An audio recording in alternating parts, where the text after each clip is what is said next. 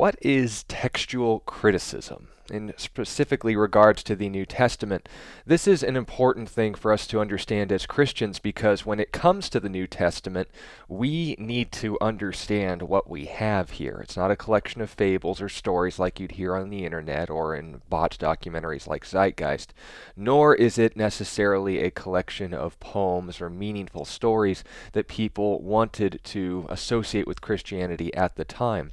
What we have is one of the most attested or supported historical records and writings of eyewitnesses to a particularly significant event in all of human history. And given the fact that today, at least at the time of this recording, is Good Friday in the year 2020, I think it's relevant to emphasize this as something we can know for certain is a historical fact. Because when it comes down to it, there are two ways you can find out something is a historical fact, is being able to witness it yourself beyond a reasonable doubt and understand you're not being manipulated, or what's most important is to be able to test the people, the things, and the places that they cited were there and conclude that it is in fact as well, reasonable to believe as your own lying eyes. If someone, on the other hand, is going to say, no, no, no, the only people that are objective with the facts are people who don't believe them, that is utter nonsense. When we're looking for evidence, the person who's going to look for the most evidence is the person who's actively not trying to disprove something. Because, for example, if I'm trying to disprove something I don't like, say, for example, the fact that, quote unquote, my shirt is blue, well, the only sort of evidence that I am going to seek out to verify that is what I've already decided in advance. But if I'm going to decide off the bat, no, I don't necessarily believe that the shirt being worn right now in this recording is blue, and I'm going to look for as much information as possible to believe the positive fact that this is red. Well, which one's going to look for more evidence? The person who's looking to prove that this is not red or that this is positively blue. It's going to require them to do a lot of research in the realm of colors. It's going to have to do a lot of research into ocular augmentation and how screens perhaps could deceive the eye. But in a positive sense, someone who would want to prove that this shirt in a positive way is blue would, on the other hand, be more equipped to find more data than the negative person who says, no, this isn't red. They would just dismiss the data that they don't like, that disagrees with them, and is ultimately going to leave someone with less information because of an emotional and preconceived notion, meaning before the facts, that this is in fact not the color that it plainly is. If it's a simple answer, it's more likely to be true.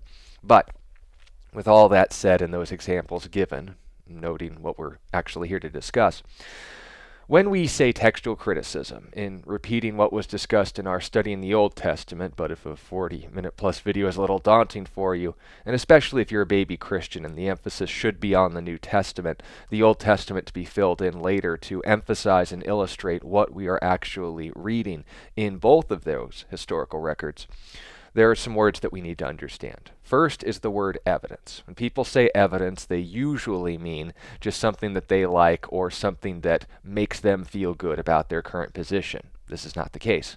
Evidence, simply put, is something that makes something else more likely to be true. We need to be completely honest here and note that we can't be 100% certain about anything. Like with this shirt being red or blue, we can trick somebody or claim that, oh, well, I'm not certain that's red because I could have been lied to on my crayon box, and claim that the color red is actually what we understand to be blue. But if on the other hand you say, no, here's examples of things that are red, here are experts in the light augmentation department that would verify this is what red looks like. You can go through the discovery of how colors and reflect off of surfaces to produce different aspects of the color spectrum, and on it goes. But when we're asked the question, what is evidence, it's going to up the ante as far as what is more reasonable to believe is true. If I have more reasons to believe something's true than false, then I have more reasons to believe it is true than false. It's fairly straightforward. So going on then, evidence, something that makes something else more likely to be true. We are going to move on to the term criticism. Now, criticism is generally understood, especially on the internet, to mean just pointing out everything wrong with something, but that is not criticism. Criticism can also acknowledge strength. It is acknowledging and pointing out strengths and flaws in a certain position. So, for example, if I'm a movie critic, I am just as obliged to point out the positives in the film as the negatives. Even if I am not a fan of the film, someone could acknowledge a particular actor, or acknowledge a particular scene, or acknowledge that at least the story was coherent, or even if the movie intentionally was made to be nonsense, I could point out the positive and say they accomplished that. That is criticism. So, in the realm of textual criticism, we are combining the two words, evidence and criticism, something that makes something else more likely to be true, and criticism, pointing out strengths and flaws. Textual criticism is using evidence to point out the strengths and flaws in ancient texts. So, with that definition then in mind, textual criticism, and for the most part, there are others, but it's going to most often and most plainly be demonstrated in three main forms. The first is comparing the earliest to the latest, meaning is the New Testament that we're reading today, or whatever ancient text you're trying to criticize, the New Testament that we're reading today, compared to the earliest possible copy or reference, or even a piece of it that we can find, do they both add up? Does the New Testament we're reading today include massive differences, other than the fact it's written in the language that you're reading it as opposed to Koine Greek, because not a lot of people speak that today? That is, of course, noting and what we're trying to discover. Did the transmission of language, did the changes in culture surrounding the New Testament affect it at all? And if so, in what way, if anything meaningful, could be pointed out as far as those changes? So, the comparison from the earliest possible version to the latest, which is the one we're reading today, and saying that is there a difference between the two? And if so, what happened? Well, this is where the second major form of criticism in textual variants comes in, and this is the majority evidence, gathering all of the copies that we have access to at all of the times that we could discover them, and finding out, oh, there's a difference here, but not here. If the earlier version didn't have that phrase, statement, word, or spelling, if it didn't include this chapter, book, or verse, what happened between then and then? Well, obviously something was introduced. They use this to criticize and to point out if any changes have taken place, not just in between, but exactly when and why those changes would have taken place. And of course, if we want to read what the original said, we would stop reading all of the passages that contain additions or changes or alterations for whatever reason, and want to focus more keenly on the ones closer to the original rather than on the ones after that supposed change came into play. It doesn't necessarily mean that the change is significant, but we want to know genuinely what is actually in the originals, the ones that God inspired personally, not the ones that scribes may or may not have changed. I'll note the quotation marks and interesting tone in a moment. And then finally, the third form of textual criticism that we're going to be employing today is comparing to other texts during that time. Meaning, does what the text says line up with the customs and cultures of the time that it claims? Say, for example, if the New Testament was written in the 1st century and it starts talking about the guys picking up machine guns and fighting off the Romans and so forth, if they describe the tomb being covered by a massive stone and using a excavator form of equipment, then that would be an error. Those things weren't invented until very recently. That would be a mistake. We don't have anyone else talking about those sort of machines or tools of war until millennia later. So that would be what we would be looking for. Comparing to other texts, did people say, okay, this was the time that Herod the Great reigned in Jerusalem? And other people say, yeah, Herod the Great reigned in Jerusalem around this time. They both match up. So that will be the third method that we're employing, but we haven't gotten there yet. So first method is the earliest to the latest, given what we can compare to the modern translation of the New Testament and the earliest possible translation, copy, or reference to the New Testament. Do we see differences between the two? Well, apart from the fact that languages are different, they have been translated from one language to another, and of course, in adapting to modern terms and slang, words have been altered to make them more palatable for the cultures that they were and are in. There is no major change to the New Testament that we can quantify as legitimately changing the doctrines, beliefs, and events that are recorded for us in the New Testament. Now, the evidence for me to say such a thing is to first point out we have plenty. When it comes to the earliest piece of the New Testament that we have, we would look at P52, which is a copy, not a complete total book, mind you, but a piece of the Gospel according to John that's about the size of a credit card, and it contains verses from the Gospel of John, both sides. So when you look at this in the John Rylands Library in England today, you'll notice that this has been dated to around 100 years in the year of our Lord, or 100 AD. Now you think about that for a second and you wonder, now wait a minute, the gospel as we know it, the whole New Testament, as far as its completion was concerned, the Gospel of John, the book of Revelation, and John's epistles put the capstone on the New Testament around 90 AD. So we have a piece of the New Testament that dates to within a decade of the originals being completed. The Gospel of John was written around 10 to 15 years before this.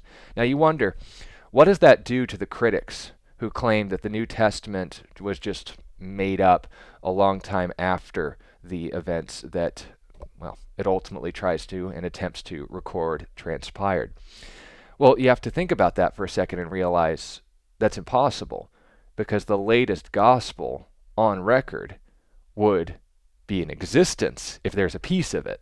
And if we have a solid piece of evidence, something that would make it more likely to be true, of the Gospel of John within 10 years of the original, that gives us a pretty good reason to believe this was, in fact, the time that it was written. Because if you're then going to say, no, it was written 9 years before then, well, no one is going to claim that the John Rylands fragment is the original Gospel of John.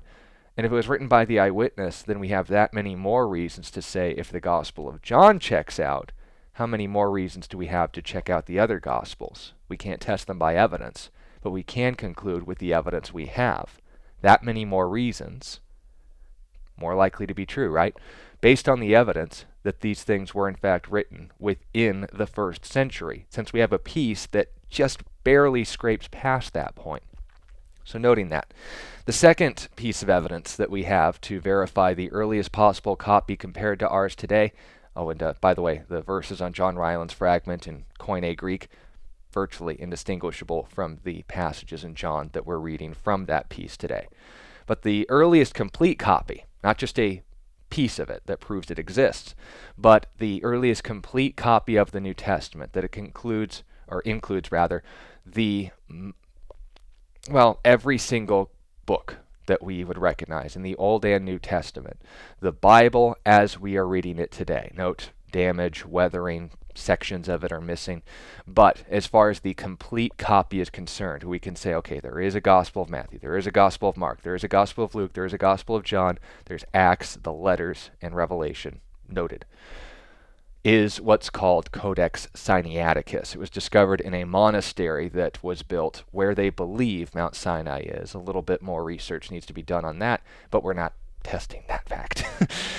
In the Codex Sinaiticus, they discovered this, and what was interesting about it is that on the pieces that they could read, test, and record, and share availably today for public view and confirmation on Google, let alone any of the professional scholarly websites, they're looking at all of this and realizing, well, what we can test, not only are all the books in the right places, but this is the same wording, this is the same phrases, these are the same messages that we would get from reading our New Testaments today. As far as a critical eye could reasonably discern, it's indistinguishable. We can compare Codex Sinaiticus with the books we're reading today and realize it's all the same books.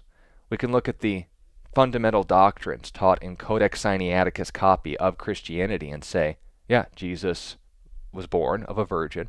He grew up in Nazareth. He performed miracles. He claimed to be God. He said he would die and rise on the third day to verify this fact, and in fact did that in full view of not only the eyewitnesses that ran and abandoned him, but over 500 people at one time. The women were the ones to see it first. The miracles that he did in all of these Gospels are the same miracles that are reported in the Gospels that record them today.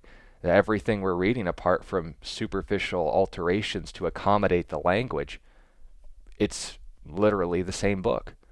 So noting that then, we continue on. What other evidence do we have as far as the earliest to the latest is concerned? What are the earliest copies between the Codex Sinaiticus, which by the way is dated to the 300s AD, so the 4th century, that is a long time after the fact, but certainly very early when you compare it to other ancient documents in history. What about something or the writings of someone closer to the events to back this thing up? We can also shoehorn this in with the text that other people wrote at this time, but I'm including it in our first section here for this reason.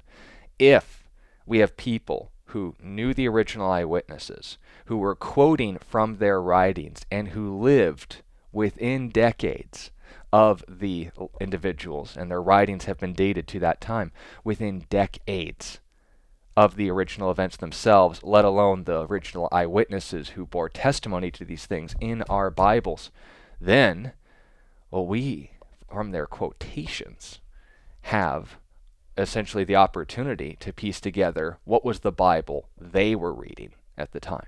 Because I want to know what that is. If I could get a hold of a Bible, even someone quoting a section of the Bible, within decades, within at least the same century as the original eyewitnesses are concerned, that is gold when it comes to textual criticism. So, noting the earliest copies that we have, these would be known as the quotes from the early church fathers, or the disciples of the disciples.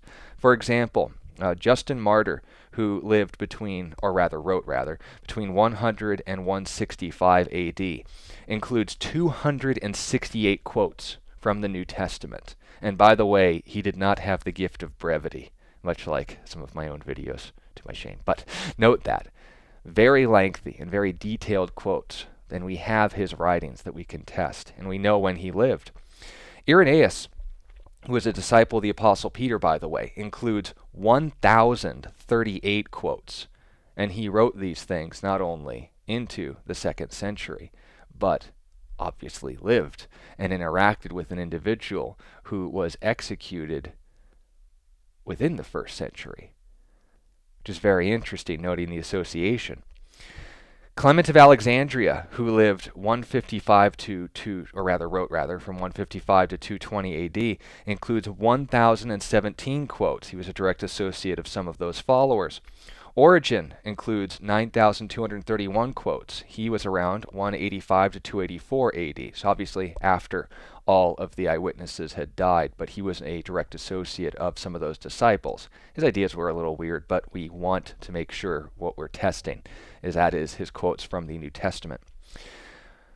Tertullian, who wrote from 160 to 220 AD, includes 3,822 quotes from the New Testament.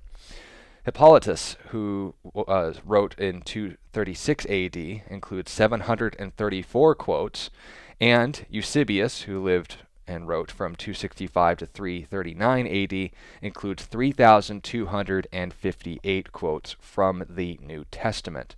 Now, if we were to gather together and include all the copies and all that other different stuff, what they were quoting from their Bibles in their day, within 100 to 200 years, between the John Rylands fragment and between Codex Sinaiticus, our earliest complete copy, we were to throw out all that evidence and just focus on the early church fathers, them quoting from their Bibles as they knew them. we would be able to construct the entire New Testament with the exception of 11 insignificant verses, just from their quotations alone. So, forget P52, forget the Codex Sinaiticus, just from the early church fathers, from people quoting from their own Bibles, in their books, in their writings. We have a complete record, with the exception of 11 verses of the New Testament. There's nothing like that in any other piece of ancient literature. And we can know, based on these early writings, compared to our New Testament, that there is, in fact, a common factor there. But I would be remiss in withholding information from you. In fact, we're going to do a whole study in this series on questions about the Bible on this issue, the quote-unquote mistakes and errors in the Bible. We also need to test the majority text, given all the copies that have been made, by the way, of which we have more copies of the New Testament than any other book in ancient literature. In fact, more copies of it than even modern pieces of literature. The evidence that we have to test is incredibly abundant. The problem is that with an abundance of evidence gives an abundant opportunity to make comparisons, and those with an agenda in mind, those who want to prove the Bible negative, will report this data, but with a little twist on how they phrase it. For example, Bart Ehrman, one of the most well-known critics and scholars against Christianity today, includes in his books that there are over 400,000 variants within the copies, the translations of the New Testament and what we are reading today. What he doesn't tell you, unfortunately, is that there is barely over 100,000 words in the whole New Testament. So either, based on that just blanket statement, 400,000 errors in the New Testament, well, what do you mean by error? And if those 400,000 errors are significant, shouldn't the earliest readings of what we have be virtually unrecognizable? Meaning that between every single word of the New Testament, on average, you have 4 different ways, 4 different differences, might be redundant, but notice this, 4 differences between every single word of the New Testament on average. Well, you have to wonder, what do they count as an error? And I'll give you some examples. Over the last 2,000 years, they have accumulated quite a large number of names that have been spelled differently. For example, in the name John, there are many different ways of spelling it. My birth name is one of them. And you have to consider, okay, is it going to change the Bible as far as what I'm reading, what I can take away from it, what I believe about God as a result, if they spell John with 1 N or 2? Another big example, and by the way, name differences, that's the biggest one. Another example of errors that they count in the Bible is when they use a different word that means the same thing. And I don't just mean adaptations from Old English to modern day, like they traveled a compass. Doesn't mean they traveled with a compass to find magnetic north. To travel a compass in Old English means they went in a circle. You could adjust that from the King James Version to the New King James Version. I'm sure they'd count that as a difference in total corruption too. But the big ones, especially in the earlier translations, example of this noted in Bart Ehrman's book, excuse me, I'm getting excited here, is in Mark 14:65, where one translation reads that Jesus was struck, but other copies say he was slapped on the face. Now, if someone was to get on your case about this and say, so which was it? Was Jesus struck or was he slapped on the face? Yes. I think if you're slapped, you could later report in a police record, if an assault file was charged, that he struck me. It says, no, he slapped him on the face. Court dismissed. This witness can't be trusted. That'd be ridiculous. So note that as well as one of the things they count among these 400,000 changes.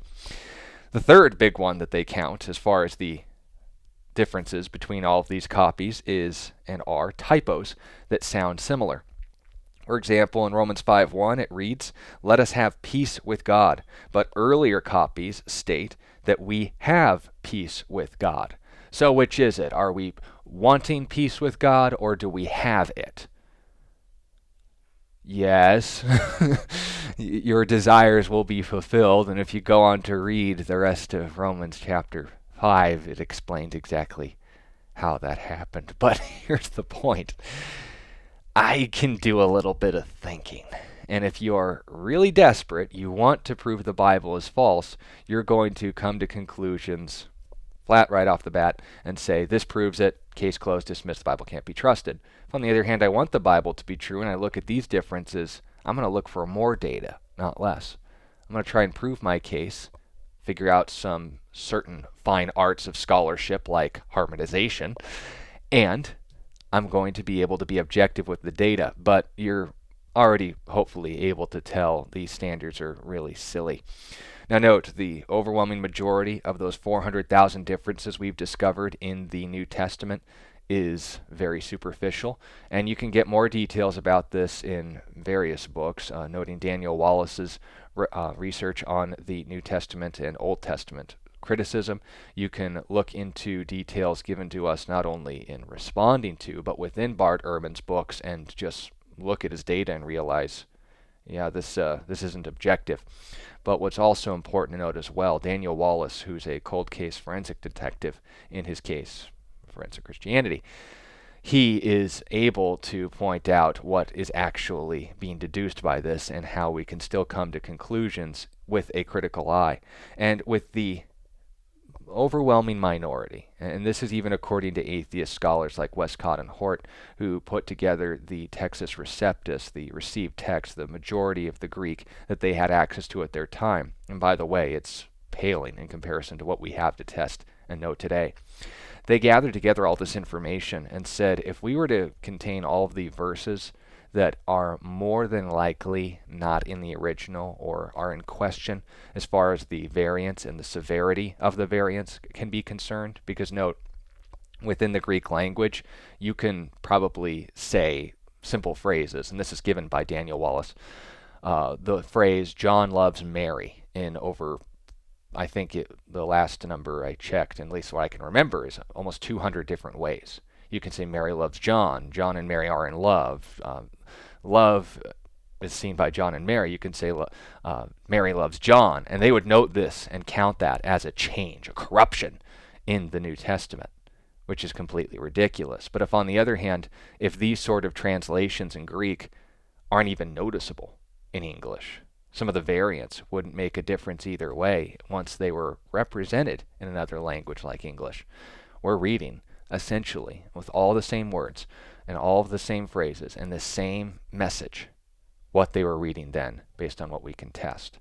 But what about those verses in question? Because Westcott and Hort said that there are some, and they number in a grand total in the entire Bible, not just the New Testament, but the entire Bible, as about a half a page of text. And if we were to be safe and remove them, no major doctrine of Christianity would change as a result. Well, what are some examples? Well, a big one is what were possibly received and recognized as scribal notes that were confused as verses and included in as a passage. John 5:4 is the most direct example, and it says within it, it explains, for when an angel went down to stir up the water, people looked for the stirring of the water and tried to get in, and whoever got in first was healed of whatever infirmity that they had. Now, there are earlier copies in the New Testament that do not include this. In fact, the earliest mention of it they associate with a very poor translation, but here's the real kicker. If I assume that this verse doesn't belong in my Bible, I actually have less information to make sense of the chapter than I do when I started, because it only seeks to clarify what is said in verse 7, when Jesus says to the man in John 5, "Would you like to be made well?" And he says, "Sir, I do not have anyone to help me into the pool, for whenever the water is stirred up, someone comes in before me." And dismissing it, he says, "Rise, take up your bed and walk." Well, here's the thing. If John 5:4 wasn't in there, I wouldn't know why he'd care about the stirring of the water, or why he wanted to get in first, or why that would even matter in relation to him not being able to walk.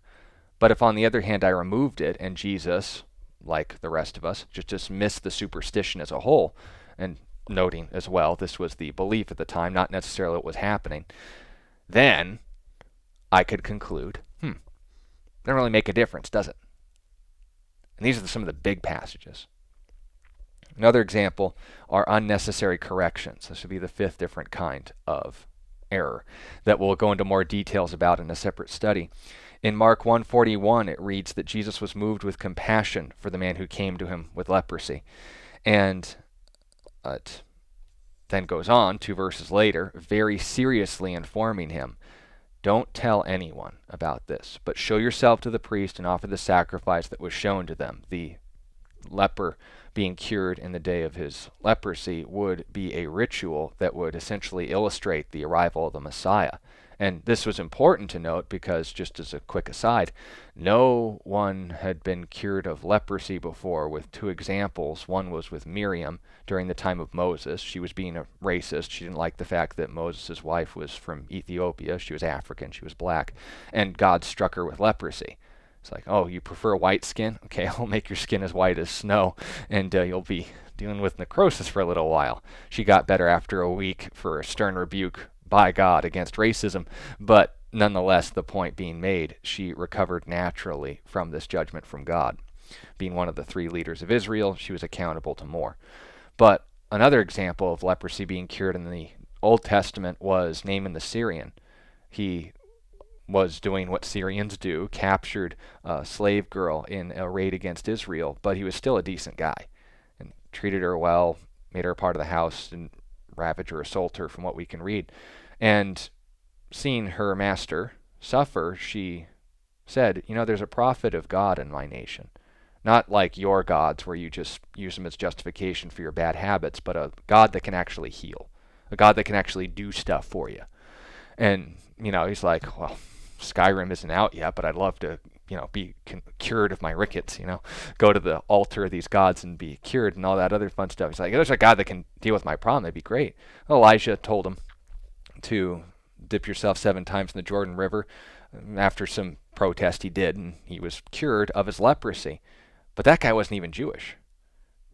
It was interesting. In Israel, this was the first time that someone ever got cured of leprosy, and there's a 2-chapter lengthy description in the book of Leviticus detailing how to offer a sacrifice, thanking God for a Jew that is cured of their leprosy. And this was the first time in history it would actually be done. So, wait a minute, there's something going on here. But the variant and what we're actually talking about here, going back to the main point, in Mark 1:41, he very seriously tells him, don't tell this to anyone, show yourself to the priest. He ignores him, he goes out, tells everyone, and Jesus' ministry is impeded as a result. But after his disobedience, later copies of the New Testament, what they believe was a scribal attempt to match the emotion of Jesus' severity in telling him this, that he said he wasn't moved with pity, he was moved with anger. So which is it, pity or anger? It's totally irreconcilable. Those are different verses. The Bible's been corrupted. You can't trust it. Well, time out. Hold your horses. If every key detail, apart from Jesus' emotional state in observing the man, is the same, did the man have leprosy? Not changed at all. Did the man come to Jesus to be cured of his leprosy? Not changed at all. How did Jesus view him? These later versions say he was moved with anger rather than pity. I think pity fits more, not because only it's earlier in the text, but it more fits Jesus' personality. Did he sternly warn him? Show yourself to the priest. Yes. Did he disobey Jesus? Yes, in both and all the later copies. And did crowds come to Jesus seeking to be healed rather than the priests at the temple get the high sign that Messiah was here? Yes.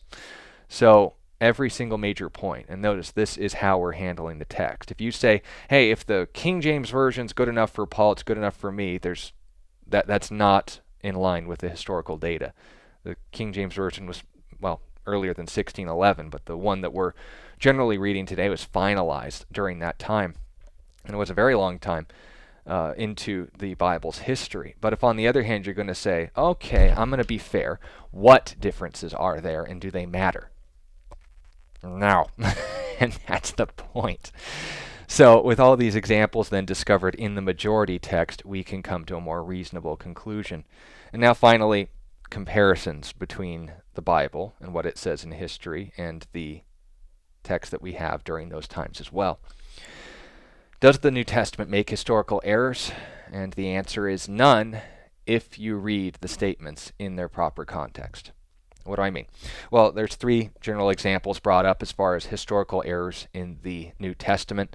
For example, Judas Iscariot's death, they say in Matthew 27:5 he died by hanging. In Acts 1:18 it says that he was disemboweled as he fell off a cliff. And ironically enough, his organs splashed all over the field the Pharisees bought with his money that he used to betray Jesus. But that's just an aside. We should not be cleaning that up again. But here's the point. They say, oh, so which is it? Did he jump off the cliff or did he hang himself? Well, any detective that's going to try to be reasonable with the data is going to say, okay, if one account says he hung himself outside Jerusalem and another that he fell off a cliff outside of Jerusalem and fell onto the potter's field, which we actually know the location of today, I look at that and I realize there's a good cliff face here with a lot of sharp rocks. Oh, I know. What if he hung himself over the cliff, the rope broke, and he hit some stuff on the way down? It's not unreasonable, but you have to do a little bit of thinking with the data. And if you're already deciding, this is not true, I'm going to prove it, that's going to make you dismiss more data and say, this is the conclusion. It's not trusted. This is what I wanted to find out. But on the other hand, you say, no, I like the New Testament to be true, but I'm going to find out why.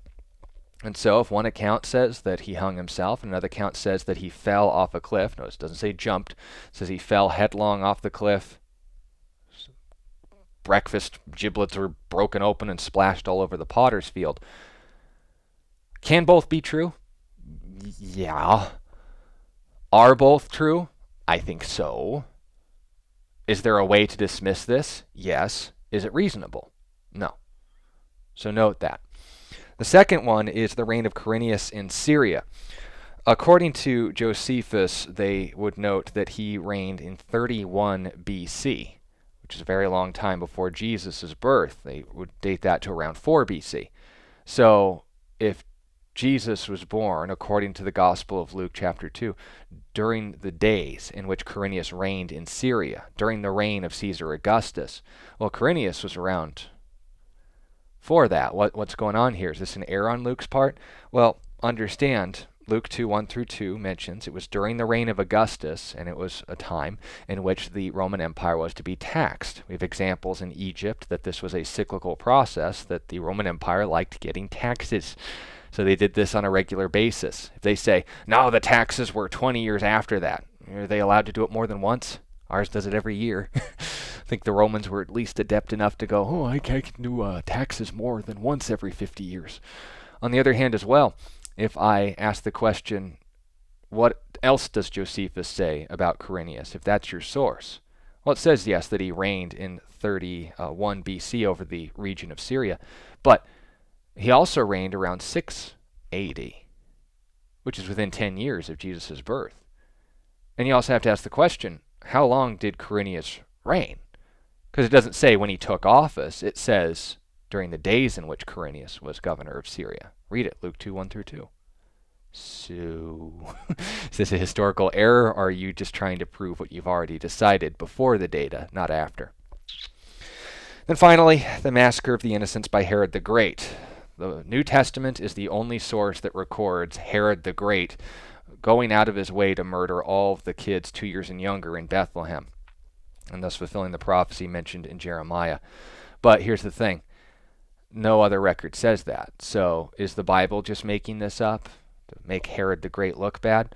Well, first of all, he didn't need help in that, because what we do know about Herod the Great in other sources, the Caesar at the time said it's safer to be Herod's pig than his son, because we do have a written record, multiple sources by the way, of Herod and his wife Miriam. After she had a boy, he thought, oh, she did that on purpose. She's having a boy because she wants to usurp my throne, and so he had her killed. And then felt bad about it and built her a lovely tomb. You can see its remains today. But That doesn't sound like a very stable individual and someone who may resort to killing if it so suited his political career. So the setting fits.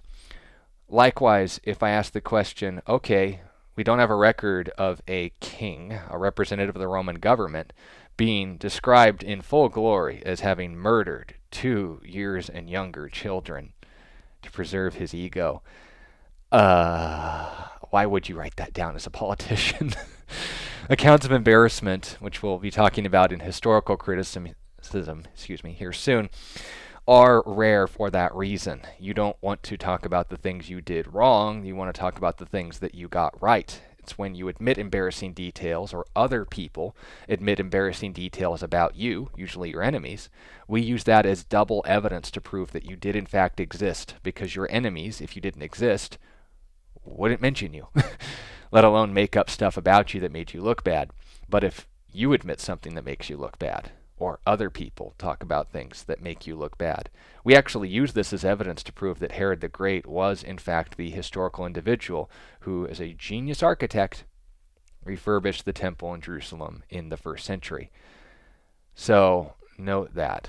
You have to do a little bit of digging, but when it comes to what we do know about his life, you're not going to expect those sort of details to be admitted by them. But even if you do, that only ups the ante. If we have reason to believe that Herod would do this, if it does fit his persona, and we take it a step further and ask, well, it makes sense why they didn't say it, but Matthew admitted it. He was a Roman tax collector. He had access to these records. So, what's your problem? And the problem is you're not being objective with the data. But as we read in Matthew 2:16 through 18, we have an acknowledgeable historical fact about Herod the Great. And if we want to go into more details, we can, but our video here is getting about the same length as our one in the Old Testament, but certainly necessary. Let me know if this was all helpful for you all. I think we can end it all here.